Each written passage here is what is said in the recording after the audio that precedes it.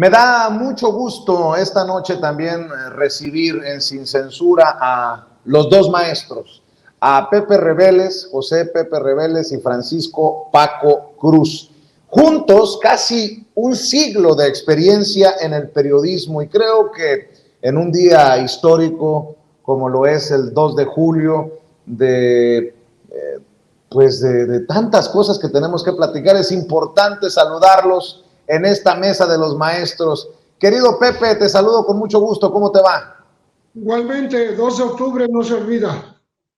Claro que no se olvida. Mi querido Paco Cruz, ¿cómo te va? Buenas noches. Vicente, ¿cómo estás? Gracias por la invitación, como siempre. Mira, y con Pepe, igual, buenas noches a los dos. Pepe, buenas noches. Paco, me da gusto saludarte.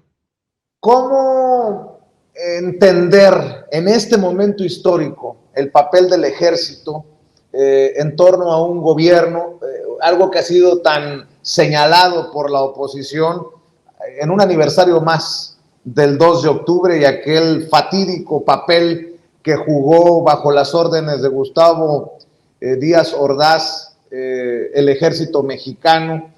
Mi querido Pepe, ¿qué reflexiones tienes para empezar?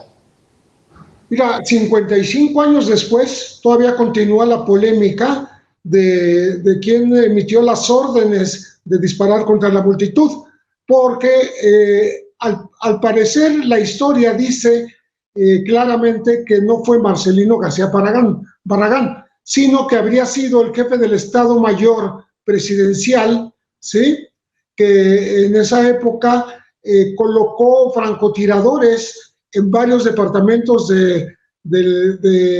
del edificio Molino del Rey y de otros edificios de Tlatelolco para que dispararan contra la multitud y la multitud respondiera a esa agresión que era fuego amigo, eran militares y agentes federales los que estaban apostados adentro de los edificios. Por tanto, hubo una provocación externa y la respuesta del ejército fue lógica a esos disparos, pero sí hay que considerar que fue provocada justamente por el jefe del Estado Mayor en esa época, ¿no?